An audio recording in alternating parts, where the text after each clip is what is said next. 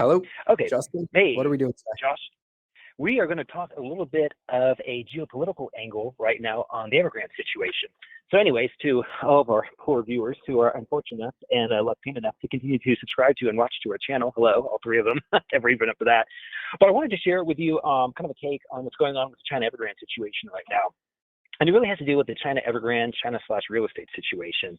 And I want to start off by reading this quote that came from Geopolitical Alpha. Quote is this: preferences are optional and subject to constraints, whereas constraints are neither optional nor subject to preferences.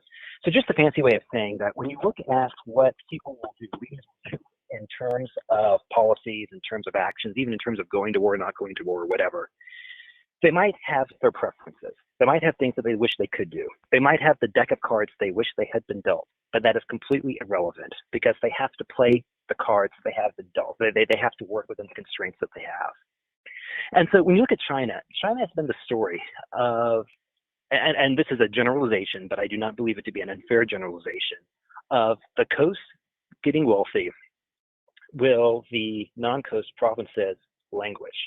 And then that creates instability within China, only to have the instability get to the point where the system collapses. And then there is a rebalancing between the coast and the internal. So China closes in, becomes very insular. And then 100 years or so go by, or 1,000 years go by, whatever.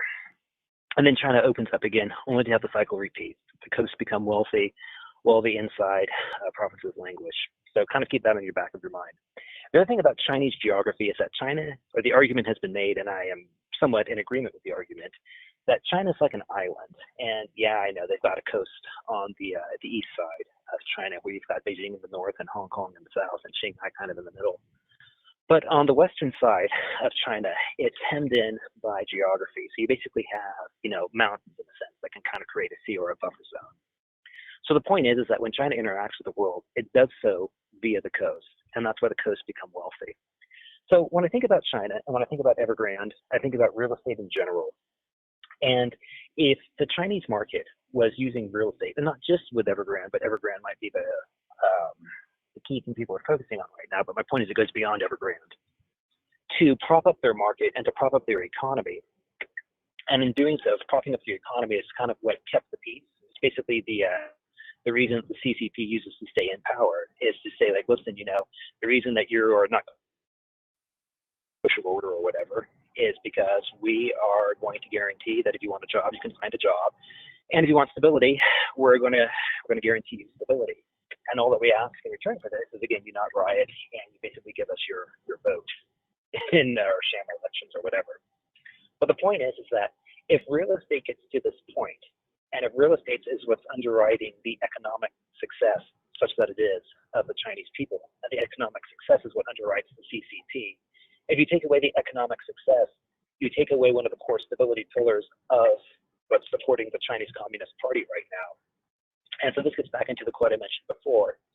If the economic success is endangered or as risk of going away, in other words, if people have saved up, for 10, 20 years or put in generational wealth into buying, property or shares in Evergrande or whatever, or shitty apartment complexes or shitty apartments, I should say, and if all of a sudden that evaporates, you're going to have people that are going to be pissed. And when they're going to be pissed, you're going to have instability. And the instability is a very old story when it comes to China. That is, the coast being wealthy and the inland provinces being poor.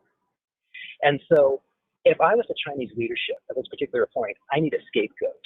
And this is where it enters back into the world of geopolitics, where you see the world of Taiwan. So, for example, if you just have people who've lost, whatever little savings they've had, they've been kicked out of, whatever the middle class was or wasn't, back into, the lower classes, again, through the loss of savings, through the loss of the value of real estate and that bubble popping, then you need an excuse to retain power. Well, for example, the reason you Chinese peasants don't want to riot and don't want to overthrow the CCP is because it's all Taiwan's fault, or we're going to invade Taiwan or whatever, right?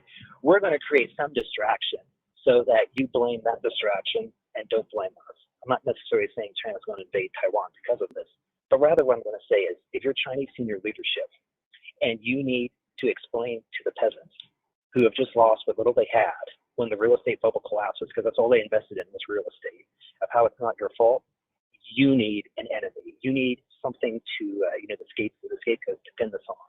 Do you And I think I think can that's a very, interrupt there for 1 second? Yeah, I'm sorry, Josh. I've been rambling for a long time. So that's my So very, very long rant. Josh, push back, push back. I agree that, and there's some studies shown that in some parts of China, real estate is 47 times earnings, which would mean Yeah, if you make $4.7 million a year, that the property would be $47 million. yeah. But my pushback would be yes, that's happened in China where they are extremely reliant on property prices. But I would say that the United States is just as reliant on asset prices, the stock market, and real estate. Josh, I would agree with that. I would agree with that. I would say this though.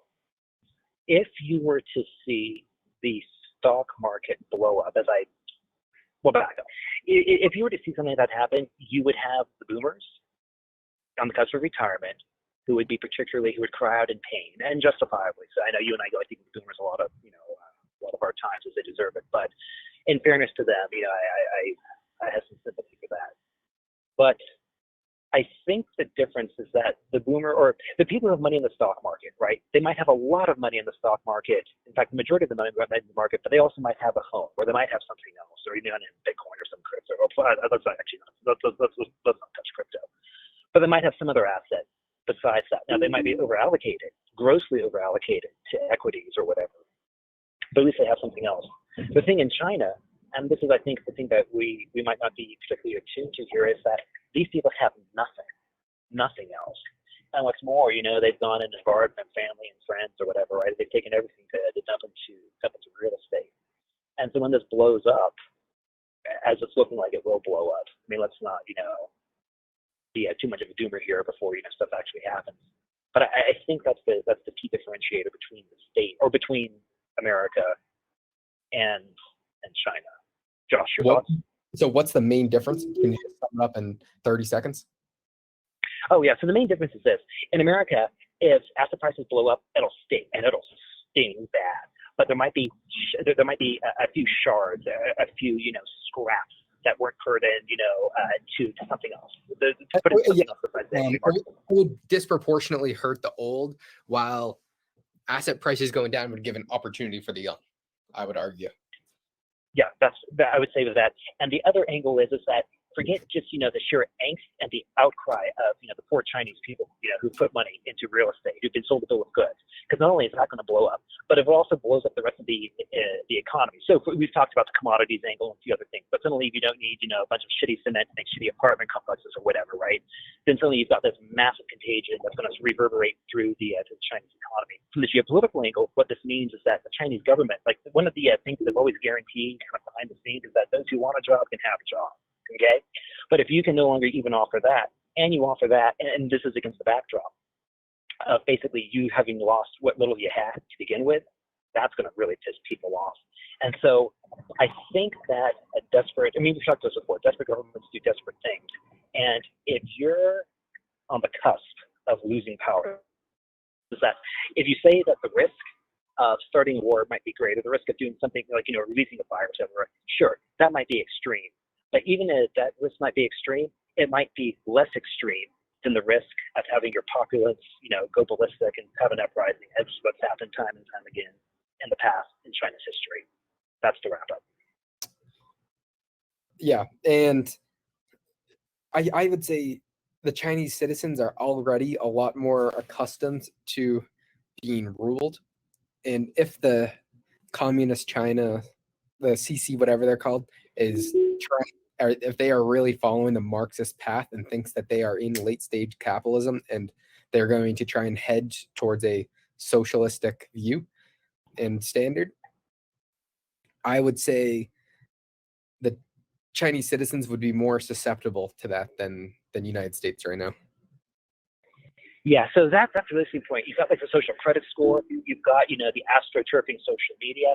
Like Josh, I don't know how that angle's going to play out. I honestly don't know how that's going to play out.